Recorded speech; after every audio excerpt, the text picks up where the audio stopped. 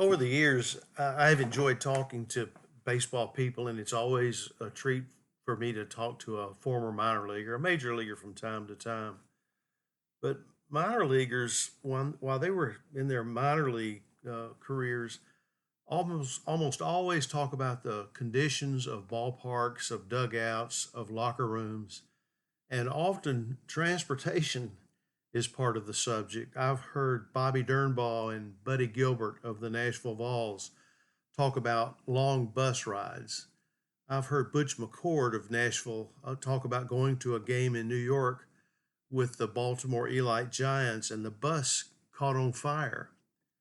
I've heard Harriet Kimbrough Hamilton speak about her dad, Negro Leaguer Henry Kimbrough, having to take over driving for the bus driver who got tired, and even having to stop and work on the bus himself when it needed repairs. He was a pretty valuable guy to have around. So, transportation from town to town was anything but glamorous. And if anyone thinks any of those things that Bobby or Buddy or Butch related to me think that's glamorous, then I've got a baseball with a smeared signature that no one can read, but I'll sell it to you as Babe Ruth's. And we think of airplane travel these days, it came about only when it was less expensive than taking a bus.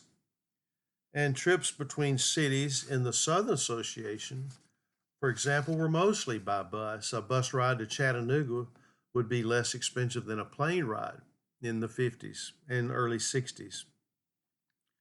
Well, when air travel was a long way off before becoming a glint in the Wright brothers' eyes, and much earlier than Orville and Wilbur made their innovative concept a reality, travel was often labor intensive and often dangerous.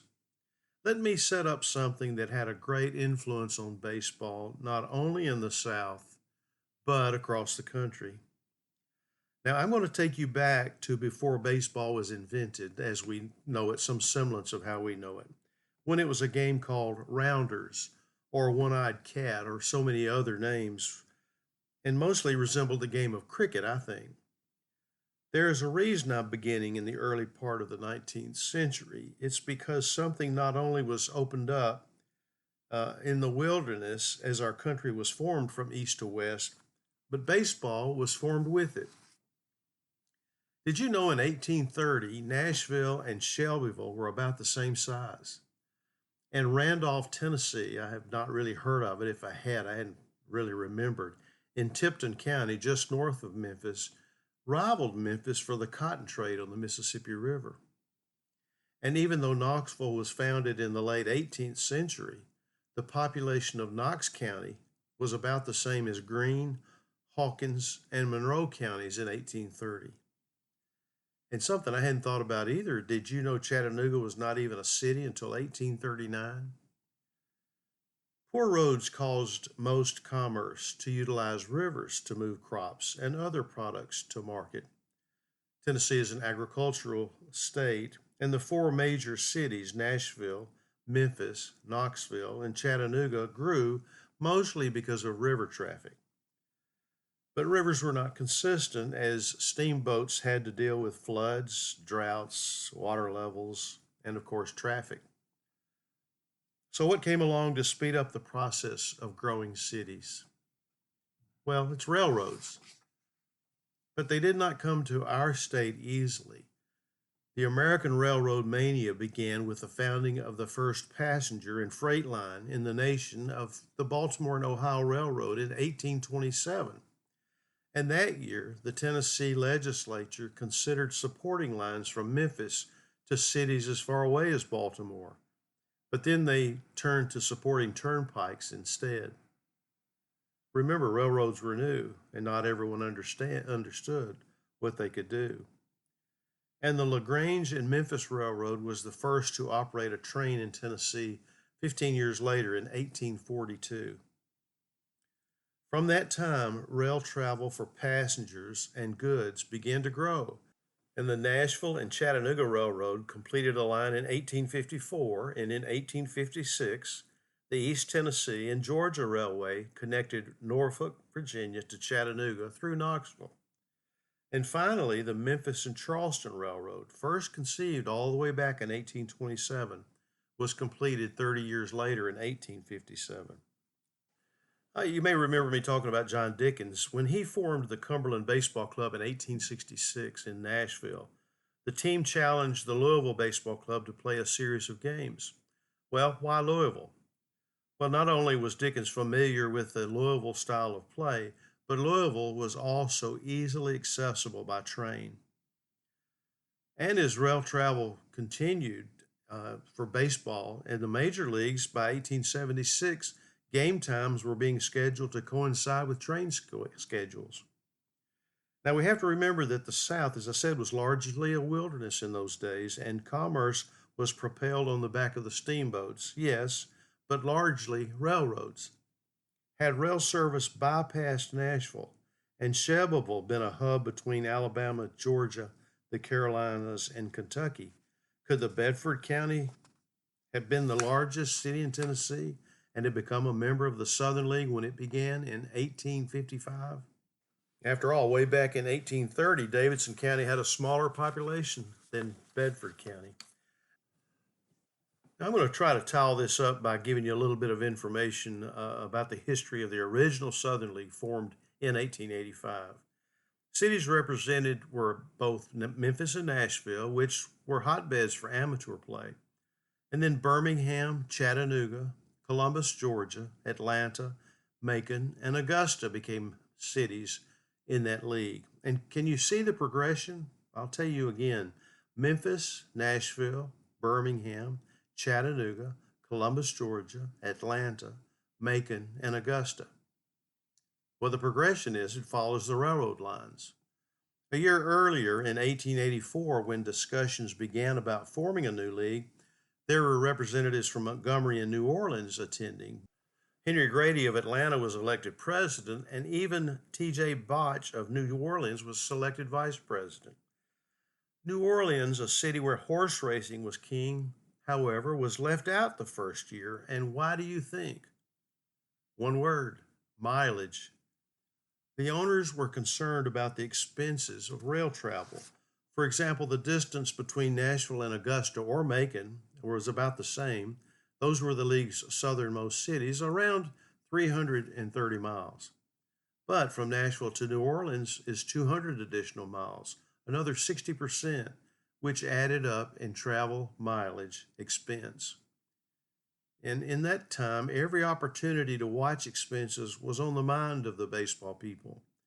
For example, full time umpires, there were four of them in that first year. There were four games played every day by eight teams, and each umpire was paid $75 per month and $3 per day for traveling expenses. Now, how much did teams charge fans to see a game in 1885? A quarter, 25 cents, although some cities had a few 50-cent seats, but they weren't always filled. And then the next year in 1886, when Columbus and Birmingham dropped out, two new cities entered the league: Savannah and Charleston. Was it possible that Columbus and Birmingham dropped out because they were too far off the main line, and Savannah and Charleston were extensions to it? The third year of the Southern League in 1887, Birmingham returned, and finally New Orleans and Mobile did, because it made sense for transportation by rail to two nearby cities helped on expenses. But Chattanooga did not return, nor did Augusta and Atlanta, and mainly the reason for the loss of those teams was financial. And at the end of the 1887, even Nashville would drop out for the financial reasons, and they wouldn't even return to the Southern League until 1893. Through the 19th century, the Southern League went in and out of business, mainly because of financial reasons, and was firmly established in 1901 as the Southern Association, where it remained through 1961. Besides the major leagues, which also used railroads for a very long time, minor leagues were formed with cities where it made the most sense, and that meant rail travel was the most economical and thereby the most cost effective means to get teams from one city to another. Now, I would not say travel by train was luxurious either, but it was as good as it could be as there were sleeping berths and there were cars for dining and drinking and entertainment. The veteran players got the bottom berths, and rookies would have been required to climb to the upper berth. And whether you slept up or down, though, both spots were uncomfortably warm because there was no air conditioning in those days. And ball players had their routines on the trains. On the long trips, they set up tables in their shared sleeping cars for playing cards. Phil Rizzuto often told how the camaraderie between teammates developed on train trips and also finally recalled the food in dining cars. So we cannot overlook the importance of the railroad. As late as 1954, the American Association of Railroads reported that 90% of major league travel was done by train. Now, the first professional baseball team to travel by air was the Cincinnati Reds. They chartered an American Airlines DC 2 to travel to Chicago to face the Cubs on the 8th of June. Guess when? 1934. But it was not until 1957 that a major league team purchased their own airplane for team travel, the Los Angeles Dodgers. In closing, I just want to remind everyone that when the Brooklyn Dodgers and the Milwaukee Braves came to Nashville, they were riding in a train together when they left spring training in Florida. And that was not unusual for two teams to play in different cities in exhibition games. They did it here in Nashville, I think 5 or 6 straight years. And in the early days, that was the same. They would come by train, not always in the same berths in the same passenger cars, but the teams would be in different cars. But they would often have that camaraderie that Phil Rizzuto talked about, not only for their own team, but as players in a certain league. Now, remember when I said that a lot of the Major League Baseball schedules were set by the train schedule? Well, sometimes that works in reverse too. In one instance, on July the 22nd in 1915, Nashville won in Atlanta over the Crackers by a score of 3-2. But the game was called after 7 innings, so the Atlanta Ball Club can catch the train to Memphis. They had to be in Memphis the next night. And we all know when the train pulls out of the station, you better be on it. I think the railroads had a big impact on baseball. It helped to form leagues. It helped to determine which cities were going to participate in the league in the 19th century and then beyond. I think we owe the railroads a lot. I wish we still had more of them. I wish that we could still hop on a train every now and then. I've done that a few times, but not near enough. Well, I hope you've enjoyed this segment of Skip's Corner. If you'd like to write to me, send me a note at 262downright@gmail.com. Or certainly you can find me on Facebook and you can find me on Twitter.